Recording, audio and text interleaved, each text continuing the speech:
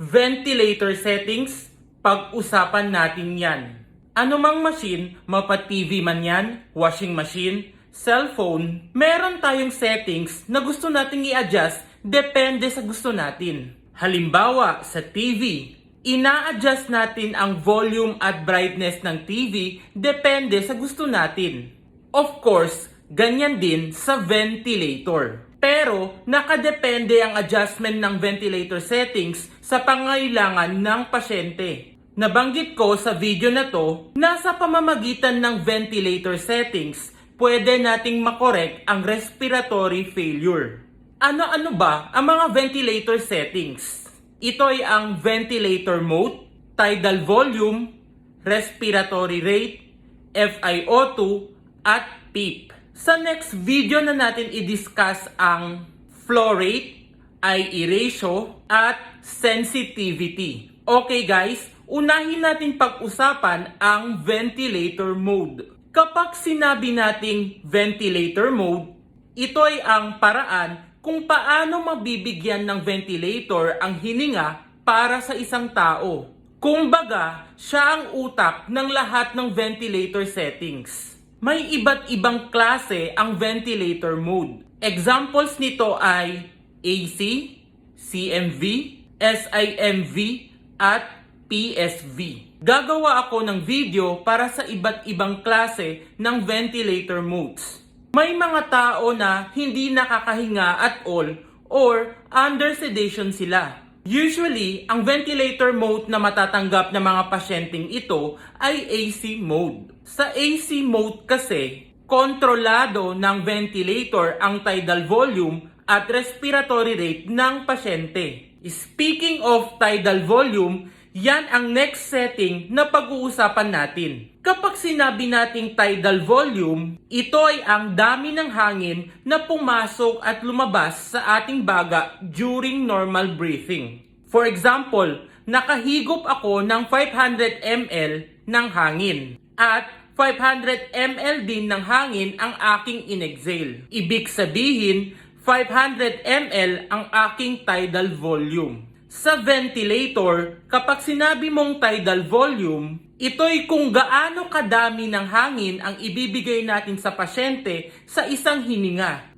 Para malaman mo yung tidal volume ng pasyente, kailangan ay alamin mo ang kanyang ideal body weight. At imumultiply mo ito sa 5 to 10 ml per kg. Pero based sa experience ko, ang ideal body weight ay minimultiply namin sa 7. Kapag may ARDS ang pasyente, minimultiply namin ito sa 6 or 5. Ito pala ang formula ng ideal body weight guys. Don't worry guys, i-discuss natin ito sa ibang video. Next, respiratory rate.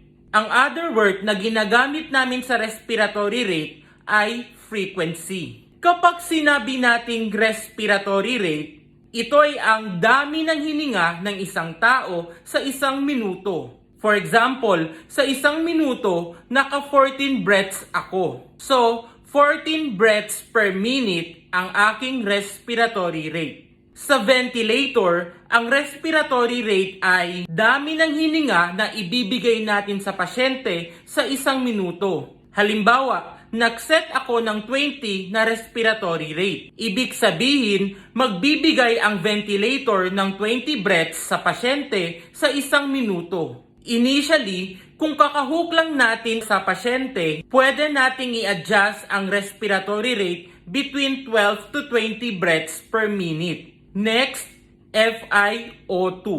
FiO2 meaning fraction of inspired oxygen. Ang FiO2 ay ang concentration ng oxygen na nai-inhale natin. Bakit fraction?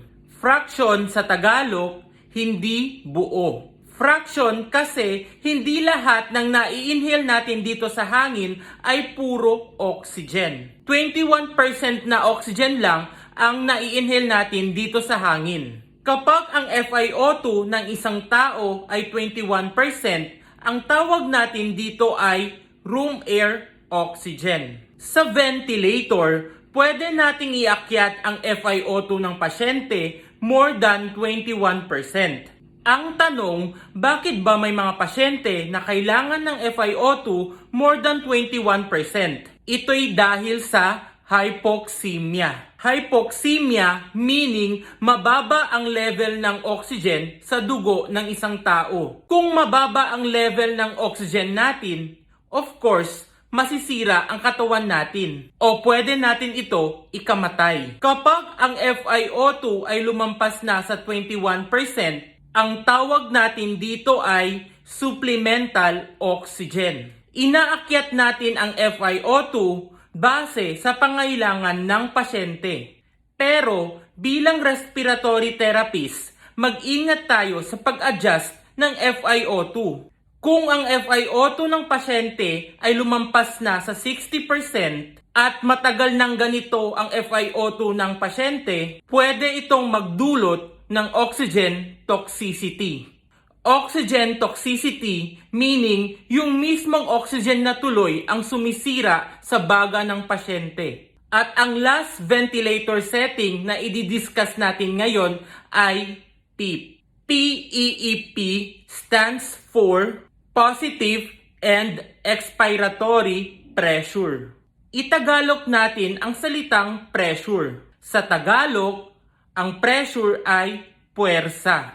Kapag sinabi nating positive pressure, ang hangin ay pumasok sa loob ng baga at ang hangin ito ay may puwersa. Ngayon, kapag sinabi nating positive and expiratory pressure, sa dulo ng pag-exhale ng pasyente ay may naiiwan na puwersa ng hangin. Ang puwersa ng hangin na ito ay ang rason kung bakit mananatiling bukas ang mga alveoli kahit nag-e-exhale pa tayo. Ang pagbukas ng mga alveoli during exhalation ay tumutulong para madaling makapasok ang oxygen papunta sa dugo. Kung kaya't malaki ang tulong ng PEEP sa oxygenation ng pasyente. That's all for today, guys.